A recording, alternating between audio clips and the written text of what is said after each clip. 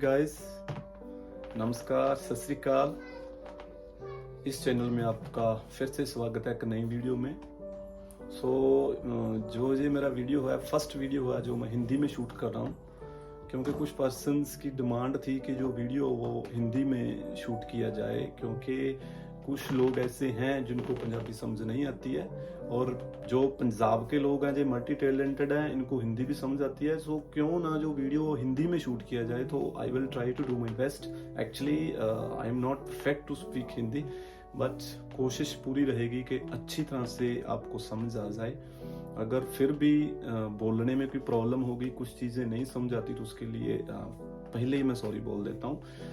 आज का जो वीडियो रहने वाला है यूके प्रोविजनल लाइसेंस पे रहने वाला है। जो भी स्टूडेंट यूके में आ रहे हैं, जहाँ कुछ टाइम पहले आ चुके हैं और जो आगे आएंगे, उसके लिए ये बहुत ज़रूरी है कि कैसे प्रोविजनल लाइसेंस है जो वो अप्लाई करना है। देखो, मैं आपको पहले ही बता देता हूँ कि प्रोविजनल लाइसेंस आप दो वे होते हैं अप्लाई करने के। फर्स्ट, आपको एक पोस्ट ऑफिस से फ्री ऑफ कॉस्ट एक फॉर्म मिलता है। आप उस फॉर्म को लेके आते हो, फिल करते हो, और सारी जो फीस आपकी अप्रोक्सीमेटली जो भी फीस होती है 40 पाउंड्स के अप्रोक्सीमेटली, वो आप पोस्ट ऑफिस पे पे करोगे और आपका जो प्रोविजनल लाइसेंस है घर पर आ जाएगा। लेकिन जो मैं आपको ये बताने जा रहा हूँ, जो मैं आपको सजेस्ट करूंगा, वो है ऑनलाइन वे, कि आप इसको ऑनलाइन अप्लाई करो। इस पे जो प्रोसेस है वो फास्ट रहता है। ये मेरा एक्सपीरियंस है, मैंने इसको देखा है। आप ऑनलाइन प्रोविजनल लाइसेंस कैसे अप्लाई करना है उसके बारे में जो हम वीडियो रहने वाला है। और उसकी जो फीस है वो 34 पाउंड्स होती है जो ऑनलाइन होती है। और अब हम जा रहे हैं स्क्रीन पे और आपको दिखाएंगे कि कैसे कैसे हमने जो डिटेल्स हैं वो फिल करनी है, कहाँ कहाँ क्या फिल करना है। चलते हैं, let us see on the screen. अब हम आते हैं लैपटॉप पे। मेरी पूरी कोशिश रहेगी कि आपको जो लैपटॉप का इंटरफेस है, जो इसकी स्क्रीन है, वो बिल्कुल क्लियर दिखे, तो एवरीथिंग आप इजीली समझ सकें। सबसे पहले हम प्रोविजनल ड्राइविंग लाइसेंस यूके पे सर्च करेंगे, जैसे मेरे ऑलरेडी लिखा हुआ है। उसके बाद हम इस साइट पे जाएंगे, apply for your first provisional driving licence government of UK. इसके बाद इस तरह से आपके आगे एक इंटरफेस शो होगा, तो इसको आप स्टडी कर सकते हो। ज़्यादा ज़रूरत भी नहीं है, लेकिन फिर भी आप इसको इजीली स्टडी कर सकते हो। फिर उसके बाद हम जाएंगे स्टार्ट नाउ पे। मैं आपको मेन चीज़ें वो बताऊंगा जो आपको ज़्यादा ज़रूरी हैं, जिसमें ज़्यादा उलझन रहती है। बाकी आप सारा इजीली स्टडी कर सकते हो। उसके बाद हम कंटिन्यू करेंगे। उसके बाद हमारे पास ये फर्स्ट क्वेश्चन आएगा कि क्या आपके पास ऑलरेडी जो यूके का ड्राइविंग लाइसेंस है वो इशू हो चुका है। पहले तो ओबियसली बात है, जो हम नए आते हैं तो हमारे पास ऐसा कुछ नहीं होता है। प्रोविजनल तो हम अब फर्स्ट टाइम कर रहे हैं, तो कंटिन्यू करेंगे नो करके।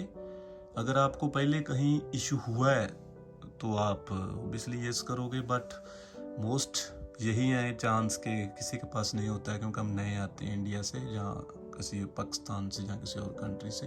कंटिन्यू करेंगे। उसके बाद आप पूछेंगे कि आपके पास यूके का पासपोर्ट है, तो हमारे पास है या नहीं है। जो आपको पता है कि हमारे पास नहीं है, तो हम करेंगे कंटिन्यू। उसके बाद हमारे पास ऐसी एक इंटरफेस आएगा कि अगर आपके पास यूके का लाइसेंस नहीं है तो आपको पुरानी साइट है जो वो यूज़ करनी पड़ेगी। तो हम जाएंगे apply using old online service. इस तरह से आपके आगे स्क्रीन पे शो होगा और आप देख रहे हो स्टेप बाय स्टेप भी आपको वो बताते जाएंगे कि क्या क्या करना है। और हेल्प चाहिए तो वो भी आप लेफ्ट साइड आपके, राइट साइड आपके देख सकते हो। उसके बाद हम करेंगे नेक्स्ट। इसको ज़्यादा स्टडी करने की ज़रूरत नहीं है। फिर नेक्स्ट करेंगे और ये चीज़ आपके आगे आएगी। इसको मैं आपको बता देता हूँ कैसे फिल करना है। यहाँ पर मिस्टर मिसेस जो भी लिखना है। अगर और टाइटल आपके नाम पे कोई लगता है, लाइक कोई आप डॉक्टर हो या कुछ भी, कुछ और टाइटल है अपना, तो वो मुझे लगता है नहीं होता है किसी के पास। फ़ोन नेम अपना जो स्टार्टिंग वाला नेम है वो लिखेंगे। सपोज कुछ भी लिख सकते हैं, जैसे मैंने लिखा जप जी। सरनाम लिखेंगे जैसे मैंने लिखा, ठीक है, सरनेम लिखा। जेंडर हम लिखेंगे, मेल है या फीमेल है वो आप सब फिल कर सकते हो। डेट ऑफ बर्थ लिखेंगे हम, जैसे सपोज करो हम 1 ही लिखते हैं, 1/1/2000, कुछ जो आपकी है आप फिल करोगे। उसके बाद आप देखना है कि आपकी कंट्री कौन सी है। सपोज करो मेरी कंट्री इंडिया है, तो मैं इंडिया पे सर्च करूँगा। डिटेल फिल करने के बाद हम जाएंगे नेक्स्ट पे, तो हम नेक्स्ट पे जाएंगे। उसके बाद हमने वो अपना एड्रेस जो फिल कर रहे हैं, मैं वहाँ एड्रेस फिल कर देता हूँ। इसको मैं शो नहीं कर सकता। सबसे पहले हमने अपना हाउस नंबर, जैसे यूके में होते हैं 30 होता है, 31 होता है, जो कुछ भी नंबर होता है ना, वो आप फिल करोगे। और उसके बाद पोस्ट कोड होते हैं इधर यूके में। आपको सबको जब आप इधर रीच करते हो, आप हाउस ढूंढते हो, तो आपको पता चल जाता है। सो पोस्ट कोड आप फिल करोगे, वो मैं फिल कर रहा हूँ, वो आपको मैं शो नहीं कर सकता। सो जब ये आप फिल करोगे तो अब नेक्स्ट करोगे तो वो अपने आप वो जो आपका एड्रेस है वो उठा लेगा। जो भी आपने फिल किया है वो अपने आप आपका एड्रेस आ जाएगा। अगर ये आपका एड्रेस आ जाता है तो आपने सही फिल किया है, अगर नहीं ये उठाता है तो वो मे भी आपने सही फिल नहीं किया है, तो आप उसको चेक कर लीजिएगा। उसके बाद आप अपना, उसने फिर भी एक लिखा हुआ है जो आप नीचे स्टडी कर सकते हो कि थोड़ा होता है जो कुछ एक्स्ट्रा कुछ है, जहाँ एक्स्ट्रा कुछ, तो वो आप ऐड कर सकते हो। सो उसके बाद जो आपका एड्रेस शो होगा वो उसमें आपसे ये पूछेगा कि कितने टाइम से आप इधर रह रहे हो इस एड्रेस पे। तो आपने देखना है कि आप कब से यूके में आए हो, 1 ईयर से आए हो, 2 ईयर से आए हो, 3 ईयर से आए हो, जहाँ आप 9 मंथ से रह रहे हो, 7 मंथ से रह रहे हो, जितने टाइम में आप आए हो, 6 मंथ जरूरी नहीं है। सपोज करो आपके ओनली मंथ हैं तो आप 0 फिल करोगे, और इधर आपने जितने भी मंथ हैं, सपोज करो आपको 9 मंथ हुए हैं तो आप 9 मंथ फिल करोगे और नेक्स्ट जाओगे। एक्चुअल में यहाँ पर क्या होता है कि हम सिर्फ, सपोज करो मैंने 9 मंथ ही फिल किया है, तो आपको एक और एड्रेस जो आपकी डेट ऑफ बर्थ के अकॉर्डिंग आपने सिर्फ 9 मंथ शो किया है, तो वो आपसे पूछेगा कि दूसरा एड्रेस फिर आपको फिल करना पड़ेगा, क्योंकि आपको कम से कम 3 ईयर चाहिए। तो आप ऐड एड्रेस 2 करोगे। सो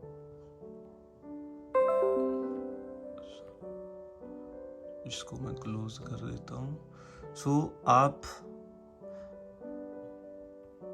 सो आपके पास ये चीज़ है, please entry your previous address. जैसे आप इंडिया से आए हो तो आप इंडिया का करोगे।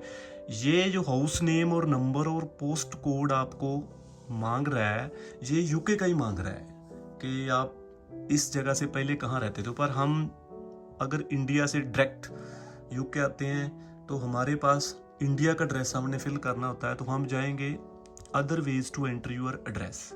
सो उस पे ये आपसे मांगेगा कि आपका एड्रेस कौन सा है, कोई पोस्ट कोड है, कोई यूरोप से है, कहाँ से है, तो आप भरोगे। आपने फिल करना है, थोड़ा पंजाबी टच है मेरा हिंदी का ना, तो आप थोड़ा एडजस्ट कर लेना। सो नॉन जीबी एड्रेस या नॉन जीबी एड्रेस पे आप जाओगे तो उस पे आप अगेन अपनी कंट्री फिल करोगे। सो जैसे मैंने फिल कर दिया इंडिया। सो उसके बाद आप फिर नेक्स्ट पे जाओगे, तो उसके बाद आपने देखना है कि इंडिया में आप कब से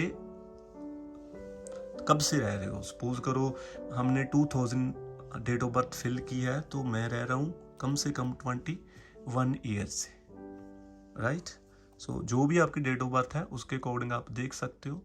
अपनी डेट ऑफ बर्थ से ज़्यादा नहीं होना चाहिए, इतना ख्याल रखना, ज़्यादा नहीं होना चाहिए। सो ये आपका एड्रेस है, वो एड्रेस आपका आ गया है, वो इंडिया में आप इतने टाइम से रह रहे हो, तो ये आप कर सकते हो। आगे एड्रेस फिल होने के बाद फिर आप नेक्स्ट करोगे। सो उसके बाद आपका वो मांगेगा कि आपका टेलीफोन नंबर क्या है, आपका डे टाइम टेलीफोन नंबर क्या है। इसमें आप चाहो तो फिल कर सकते हो, चाहो तो नहीं कर सकते। फिर आपका बर्थ सरनेम, हम इस चीज़ में क्या फिल करना है। सपोज करो पहले मेरा नाम था जगमीत सिंह, जब मैं बर्थ था, मेरा बर्थ के समय मेरा नाम था जगमीत सिंह, तो मेरा सरनेम था सिंह। लेकिन बाद में कई लोग क्या करते हैं कि पासपोर्ट पे वो अपना सरनेम जो ऐड करते हैं हम बार में, जैसे बराड़ कर लिया, धालीवाल कर लिया, गिल कर लिया, औलख कर लिया, जो भी है हम बाद में ऐड करते हैं। जैसे मेरे धालीवाल बाद में लगा हुआ है। सो क्या है कि जो आपका सरनेम बर्थ में था, अगर तो पहले ही लगा हुआ है तो आप वही लिख सकते हो। जैसे हम लिखेंगे कि जैसे जप जी का फिल क्यों हुआ तो बचपन में था KAUR, है ना। गर्ल्स का कौर होता है, बॉयज का सिंह होता है। अगर दूसरा हमारा फैमिली सरनेम नहीं लगा है तो यही हमारा होता है। सो मदर नेम हम लिख सकते हैं कोई भी। सपोज करो हमने कोई भी लिख दिया, ऑलराइट। फिर प्लेस ऑफ बर्थ क्या था, वो आपके जो आपका डॉक्यूमेंट है, अपना डेट ऑफ बर्थ का सर्टिफिकेट होता है, उस पर लिखा होता है। जैसे मैंने फिल कर दिया मुक्तसर, ऑलराइट, क्योंकि मुक्तसर है मेरा प्लेस, तो मैंने जो मुक्तसर कर दिया, ऑलराइट। इसको आपने फिर आगे चल जाना है। सो उसके बाद आपका जो मांगेगा नेशनल इंश्योरेंस नंबर, जो आपने NI अप्लाई किया है। यूके में आके सबसे पहले आप NI अप्लाई करते हो। सो नेशनल इंश्योरेंस नंबर मैं फिल कर रहा हूँ, लेकिन वो आपको मैं शो नहीं कर सकता।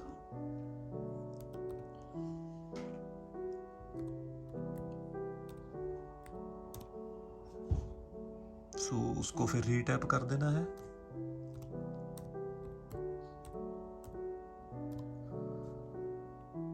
सो फिर हम जाएंगे नेक्स्ट पे। उसके बाद पासपोर्ट नंबर, यूके का पासपोर्ट नंबर है, तो अब सो हम नेक्स्ट जाएंगे। सो ये चीज़ आ जाएगी। उसके बाद ये आपसे एलिजिबिलिटी पूछेगा कि आप यूके आने से पहले have you lived in other country in last 12 months. जैसे आप यूके में रह रहे हो तो लास्ट 12 मंथ्स में आप कहीं और कंट्री तो नहीं रहे हो। ये कोरोना के टाइम ज़्यादा ये चीज़ पूछी जाती थी। सो अब भी ये है। तो सपोज करो आप 1 साल से कम हुआ है आपको यूके आए, तो ओबियसली आप इंडिया में रह रहे थे, ठीक है, तो आप यस करोगे। अगर सपोज करो मैं नहीं रह रहा हूँ तो मैं नो करूँगा, ऑलराइट। सो उसके बाद ये पूछेगा are you currently disqualified for driving. So driving के लिए तो आपको डिसक्वालीफाई कभी नहीं किया गया है, तो आप इसको नो फिल करोगे। सो फिर आप जाओगे नेक्स्ट पे। फिर वो पूछेगा कि आपकी जो आई साइट है, क्या ये स्टैंडर्ड से, ड्राइविंग के स्टैंडर्ड से मेल करती है, तो बिल्कुल करती है। Can you meet the legal eye sight standard for driving. Do you need to wear glasses. आपको ऐनक, जहाँ आपको जो आप आई साइट्स के लिए हम ग्लासेस पहनते हैं, क्या वो आपको ज़रूरत है जब ड्राइविंग के लिए, तो इसको नो फिल करना है क्योंकि हमें नहीं ज़रूरत है। फिर वो सॉरी, हमने ये यस फिल करना था, फिल नहीं हुआ, सो इसलिए वो अटेंशन आई है। सो हम फिर नेक्स्ट जाएंगे। सो उसके बाद ये जो सारा इंटरफेस है, ये इसलिए है कि आपसे कोई प्रॉब्लम है, आपको कोई भी इनमें से प्रॉब्लम आपको है तो आपने उसको टिक करना है। अगर आपको कोई प्रॉब्लम नहीं है तो मोस्टली हम कह सकते हैं कि कोई प्रॉब्लम नहीं होती है। सो ये हमारा मेडिकल डिक्लेरेशन है, इसको हमने क्लिक करना है कि हमें कोई प्रॉब्लम नहीं है। सो हम जाएंगे नेक्स्ट पे। सो उसके बाद ये दो जो रेड लाइंस आप देख रहे हो, इसमें हम बहुत कंफ्यूजन में आ जाते हैं, बहुत कंफ्यूजन क्रिएट करने वाली ये चीज़ है। पहली में वो बोल रहा है yes I want to join the NHS organs donor register, then continue with the dual driving license application. Then I would like to complete my dual driving license application first and find more when I have finished. So इसमें हमने सैंकड़ वाला option है जो वो fill करना है कि पहले मैं अपना DVLA जो ड्राइविंग लाइसेंस है उसको फिनिश करूं, बाद में हम इसको देखते हैं। सो उसके बाद आप ईमेल एड्रेस फिल करोगे, इसको मैं फिल कर देता हूं। जैसे मेरा जगमीत 1510 सिंह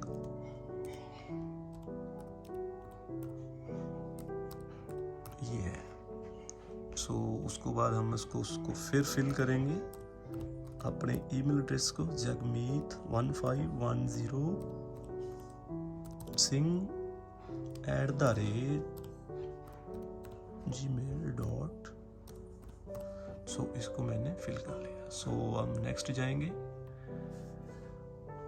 सो उसके बाद जो आपने डिक्लेरेशन है उसको प्लीज़ कंफर्म, जो भी आपने डिक्लेयर किया वो सब ठीक है। सो आप नेक्स्ट जाओगे।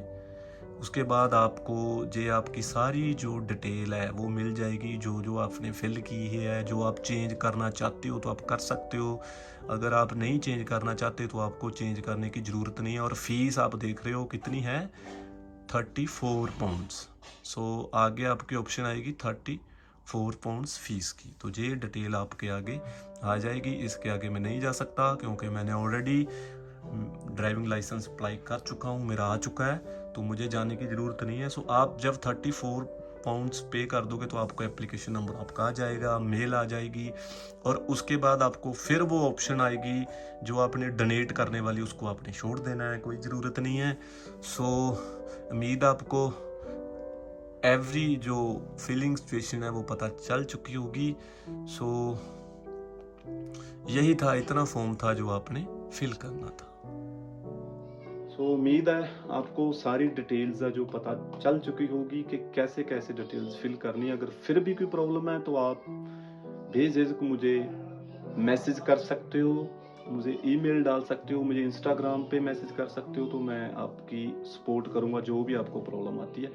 इस फॉर्म को फिल करने के बाद जब आपकी फीस है जो पे हो जाएगी तो आपके एक फॉर्म जो पोस्ट ऑफिस से आप डायरेक्ट लेते हो वो आपके पोस्ट के जरिए घर पर आ जाएगा। 2 या 3 दिन में हार्डली आपके घर पर आ जाएगा। उसको फिल करना है और जस्ट आपने डिलीवरी चार्ज देके वो पोस्ट ऑफिस में डिलीवर कर देना है। उसके लिए हम आगे वीडियो बनाएंगे कि वो कैसे कैसे फिल करना है।